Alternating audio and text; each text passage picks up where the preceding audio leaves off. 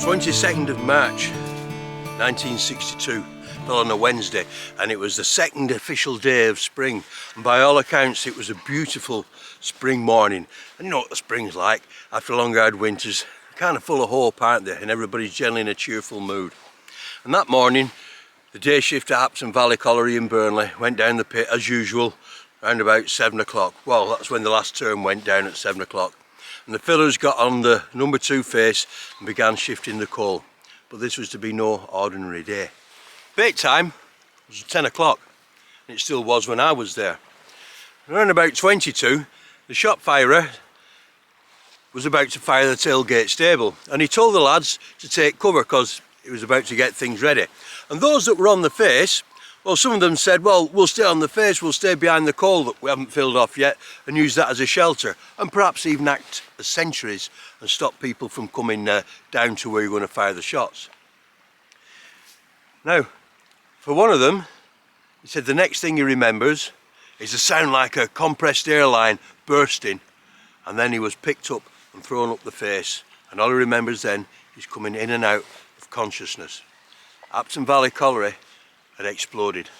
Now, the idea of this isn't to sensationalise and reopen old wounds, but the cause of that explosion has been to some extent a bit of a controversy for over 60 years.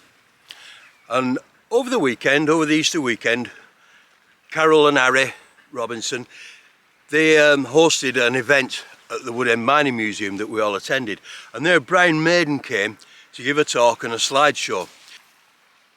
Now, just a little bit of background on Brian himself and his history in the mining industry. His dad started off as a 10-year-old drawer at Hole in the Bank Colliery near Baxenden, and he actually worked his way up all the way through the ranks to become a manager. And Brian himself started, I think Brian started at Scarecliff, then he went on to Huncoat, and he was at Huncoat on the day of the Hapton Valley disaster. At the time, he was a young shot firer, so what he has to say really holds weight. This is just proto. The one they have on is about 4 proto. And that's... Oh, it's the explosion in it as well. Right, Yeah. Is that a valve? Yeah. Valley. That's returning out with that.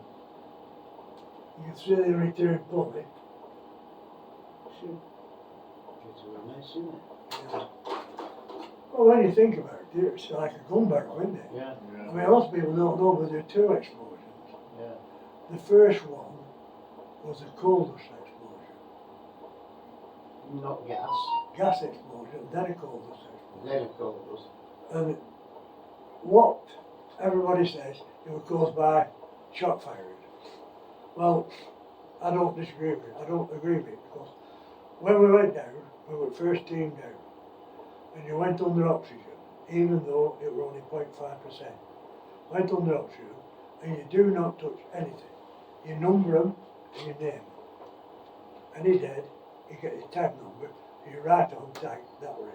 Then you got to the point. You got to the face, Olsted, who was the shot firer, were face down, just coming out up from coal face, 42-inch Union C, and they had 3 shots on.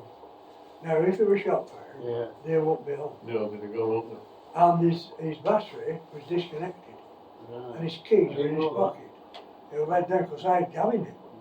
And I opened his deck case, and he had 6 debts gone. Up to the big back. Of course, a shot fire has 40 debts. A deputy can only carry 20. And that's, we realised, because my mate, John Gill Martin, I mean, that's another thing. With John Gill Martin were a deputy at Scarecliff. And that day, we talk about synchronicity. That day, he went to catch his bus to get to Huncoat for 9 o'clock. We always went down at 10, so as we didn't interrupt production. And we got there, and then you have a talk of what we're going to do. We all got dogged up. At 10 to 10, he rolls in, he says, bloody bus broke down. Now, in them days, they'd have mobile phones, and you have to wait for another bus to get him here. Anyway, so right, we go down at 10:30.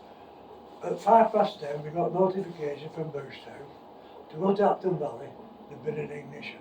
That's all you knew. And I can remember going beautiful sunny day, Yeah. cows were in the field, and I thought, here I am, going to a pit that I've never been to before, don't know what's happened, and will it happen again?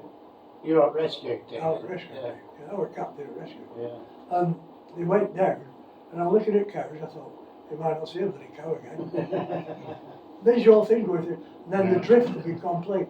1,700 yards, 1 in 4. And you're walking down, and one of my jobs was to get a canary. Yeah. Well, Hapton Valley had their own. And I saw this yell, I thought, yes, I think that was an underground trip.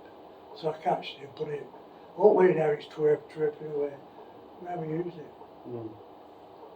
But yeah, that's what you come across. So when you say he hadn't fired his shots, Brian, what caused it, do you think then? Right, well when you think about the coal board facilities, when we were coming out at 7:30 at night, there were a team, MUM, NACODS, VACM, Surveyor and the method study reporting on every inch. They even found a dead rat, and if you look up report, dead rat. All the way in. And there were a piece of foil paper. Now if you remember chewing tobacco, Aye. were always wrapped in foil. Gallagher's. Yeah. And when you got it, you throw it away. Now that paper was more than 5% magnesium. Right. And if you did a glancing blow on it, Yeah. it was capable of igniting methane. It was hot enough. Yeah. When you think about electrical, you go up to 12 volt, you get a spark, and it's not hot enough to ignite. So they have a regulation 8 electricians and above. Well, this would say this file were found over a 9-pound rail with a burn mark in it. Right. Now, if you drop that now, you create a vortex. Mhm. And when it hits the aluminium, it created a glancing blow, and the spiral, gas being lighter than air, followed it down, spread, and it went back up, and that was a gas explosion, Right. which expands. And then you get the coal dust explosion, which is 10,000 times more violent. Mm. And everybody said the doors opened and shut Twice. Aye. So it just coincidental that he got his shots ready at the time. It were coming out to fire him, Yeah. but he's dead. I mean, was it all this practice with a shot first to disconnect your battery? Was anybody? I mean, some of them used to say the bloody key in it. And what's this for? Aye. Yeah. Aye. It was very much a bone of contention at the time was the cause of the explosion. Oh yeah.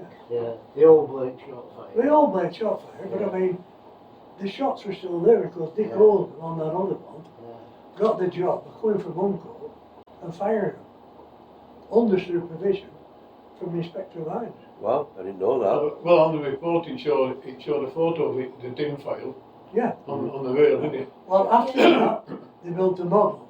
SMRE, Mine Research Establishment, they built a model, perspex, and they put a 5% methane in it, and they dropped an arm on a handle, and they put fire in, and it never once failed to ignite. Yeah. And that's when Gallagher. Now when you think about it, with Brian being a shot firer himself, even though the adrenaline was really running that day, he would really identify when he saw the shot firer. He would think about what he would be doing under such circumstances, and he would read the situation really, really well. So what Brian says really does carry weight. Not the fact that he's just given us testimony, but the fact that he himself was a fellow shot firer. So I think that carries an awful lot more weight. Not that he was trying to cover up for somebody. So those shots were fired, according to Brian, between 2 and 3 weeks later under direct supervision of the mines inspector, because obviously the scene had to be preserved for all the proper forensic activities to take place. So it's good that Brian's told us this, and hopefully things can be laid to rest finally after 60 odd years, and it can be left to rest in peace as well. Hapton Valley carried on for another 20 years after the explosion, and then sadly it finally closed in July of 1982, and that was the end of nationalised mining in the East Lancashire area. But anyway, thanks for Brian for telling us that. Thanks also for Carol and Harry for putting us a lovely lunch on and giving us the space to talk and fill the room with coal dust, and for everybody else that turned up, and hopefully we're going to have a lot more events like that. Thanks for watching.